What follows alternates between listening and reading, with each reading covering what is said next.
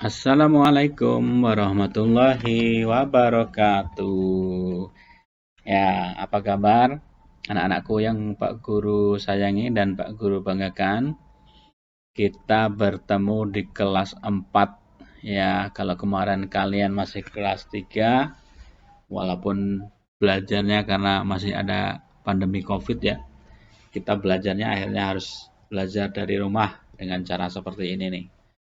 Baik, nggak apa-apa ya.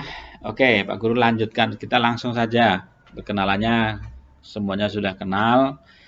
Jadi kita langsung saja kepada pembelajaran tema 1 ya. Tema 1 itu temanya adalah indahnya kebersamaan ya.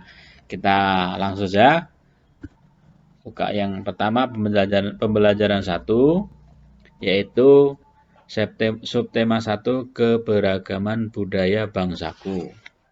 Kita tahu ya bahwa bangsa Indonesia atau negara Indonesia itu terdiri atas banyak pulau, banyak suku bangsanya, tari-tariannya banyak, rumah adatnya beraneka ragam, juga agamanya juga nggak cuma satu. Nah, kita akan cari tahu lebih jauh tentang keberagaman itu. Nah, Indonesia ini terdiri atas berbagai macam suku bangsa dan budaya kan? Namun tetap dalam satu wadah Negara Kesatuan Republik Indonesia atau yang disingkat dengan NKRI. Nah, keberagaman tersebut merupakan anugerah dari Tuhan Yang Maha Esa. Kita wajib mensyukurinya. Nah, anak-anak sekalian, kita di tema 1 ini kalau kalian sudah punya bukunya ya, buku tema 1 silakan dibuka, nanti ada apa namanya? Bahan bacaan ya. Nah, di dalam bahan bacaan itu ada paragraf banyak ya, ada kalau nggak salah ada 5 ya. Nah, Pak Guru akan menjelaskan tentang paragraf setiap paragraf itu. Nah, jadi setiap bacaan biasanya terdiri atas beberapa paragraf.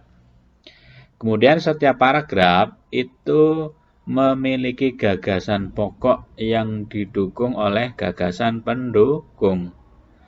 Gagasan pokok itu adalah ide utama yang dibahas dalam suatu bacaan.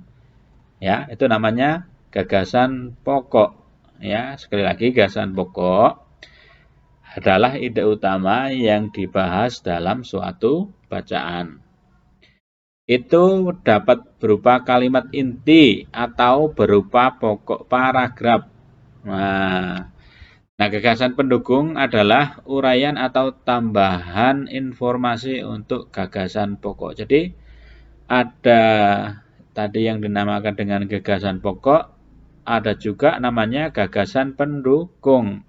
Kalau gagasan pokok itu adalah ide utama yang dibahas, kalau gagasan pendukung itu uraian atau tambahan informasi dari gagasan pokok tadi. Gitu ya. Paham sekarang? Nah, nanti Pak Guru kasih contoh nih. Yang paragraf pertama ada bacaan ini judulnya Pawai Budaya. Nah, bacaannya adalah seperti ini. Pawai budaya sangat menarik bagi warga Kampung Babakan. Ini contohnya Kampung Babakan ya. Pawai ini selalu menampilkan keragaman budaya Indonesia. Udin dan teman-teman tidak pernah bosan menanti rombongan pawai lewat. Tahun ini mereka datang ke alun-alun untuk melihat pawai tersebut. Kakek Udin pun terlihat sabar menanti. Terdengar suara gendang yang menandakan rombongan pawai semakin dekat. Nah, tadi dikatakan kan ada namanya gagasan pokok ya. Ada gagasan pokok ya kan? Mana gagasan pokok? Ini ada yang namanya gagasan pokok ya. Kemudian gagasan pokok ini adalah ide utama.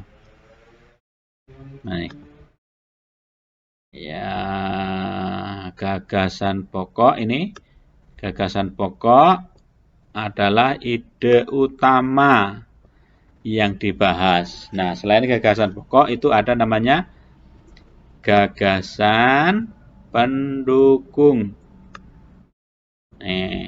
Oke ya. Ada gagasan pokok dan ada gagasan pendukung. Nah, yang perlu kita ketahui bahwa setiap paragraf itu ada namanya gagasan pokok dan ada namanya gagasan pendukung. Nah, contohnya kalau dalam paragraf ini ya gagasan atau ide pokoknya, gagasan pokoknya itu dapat kita lihat ya di situ yang pokok, kalimat pokok yang utama itu adalah pawai budaya sangat menarik bagi warga Kampung Babakan. Ya, ini karena dia sebagai yang utama ide ide ceritanya. Ya, ide ceritanya adalah tentang pawai budaya. Nah, berarti kalimat-kalimat yang lain itu adalah merupakan gagasan pendukung gitu. Nah, paham kan? Oke, kalau sudah paham, akan Pak Guru kasih tugas dan latihan ya. Apa tugas dan latihannya? Kita lihat. Iya, nah ini dia.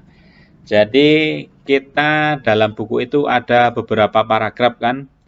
Ada paragraf 2, paragraf 3, paragraf 4 dan paragraf 5.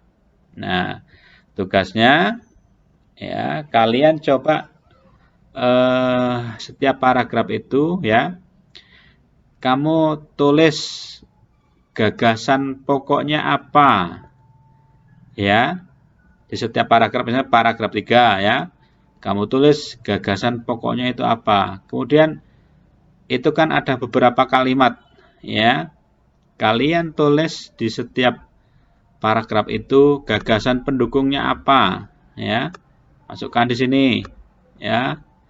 Gagasan pendukungnya kan kalimatnya bukan cuma satu, ada mungkin 2, ada 3 dan seterusnya.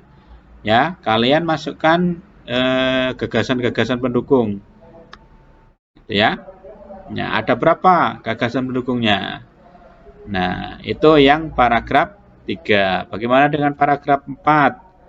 Gagasan pokoknya apa? Ya. Tadi sudah dijelaskan di paragraf 1 contohnya. Nah, gagasan pokok, sekarang gagasan pendukungnya apa? Ya. Nah, kalian kerjakan paragraf 3, paragraf 4 dan paragraf 5. Oke? Baik, ya.